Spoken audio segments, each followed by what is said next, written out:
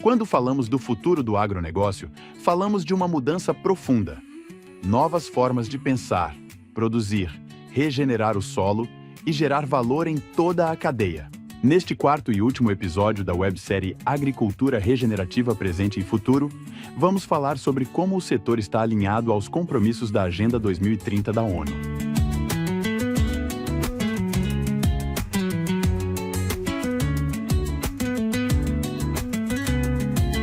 Máquinas que se comunicam em tempo real, sensores que monitoram cada centímetro do solo, drones que mapeiam a lavoura com precisão cirúrgica.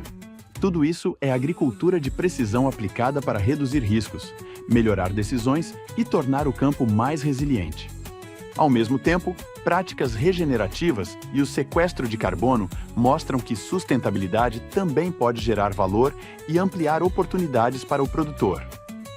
E no centro dessa transformação estão os Objetivos de Desenvolvimento Sustentável, ODS, um conjunto de 17 metas definidas pela Organização das Nações Unidas para orientar ações globais de desenvolvimento sustentável. Todas essas metas compõem a Agenda 2030, que estabelece diretrizes para um crescimento econômico, social e ambiental equilibrado. Nesse contexto, o agronegócio tem um papel estratégico. Por exemplo, o ODS 2, Fome Zero e Agricultura Sustentável, é sobre produzir melhor, com qualidade, responsabilidade e acesso. Já o ODS 12 fala de consumo e produção responsáveis, abrangendo a redução de desperdícios, a economia circular e a rastreabilidade que conecta o campo à mesa. O ODS 13, Ação contra a Mudança Global do Clima, se traduz em metas concretas de redução de emissões, certificações ambientais e no próprio mercado de carbono.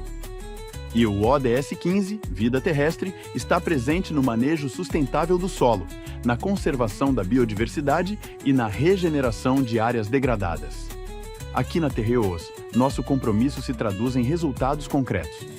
Na safra 24-25, alcançamos uma redução real de 42,8% nas emissões em comparação à safra anterior, sem considerar flag. Também atingimos a marca de 68,1% da cana processada pela companhia atestada como sustentável e seguimos com uma operação agrícola marcada pela inovação, transparência e práticas de manejo sustentável. Porque quando tecnologia e propósito caminham juntos, o campo inteiro avança.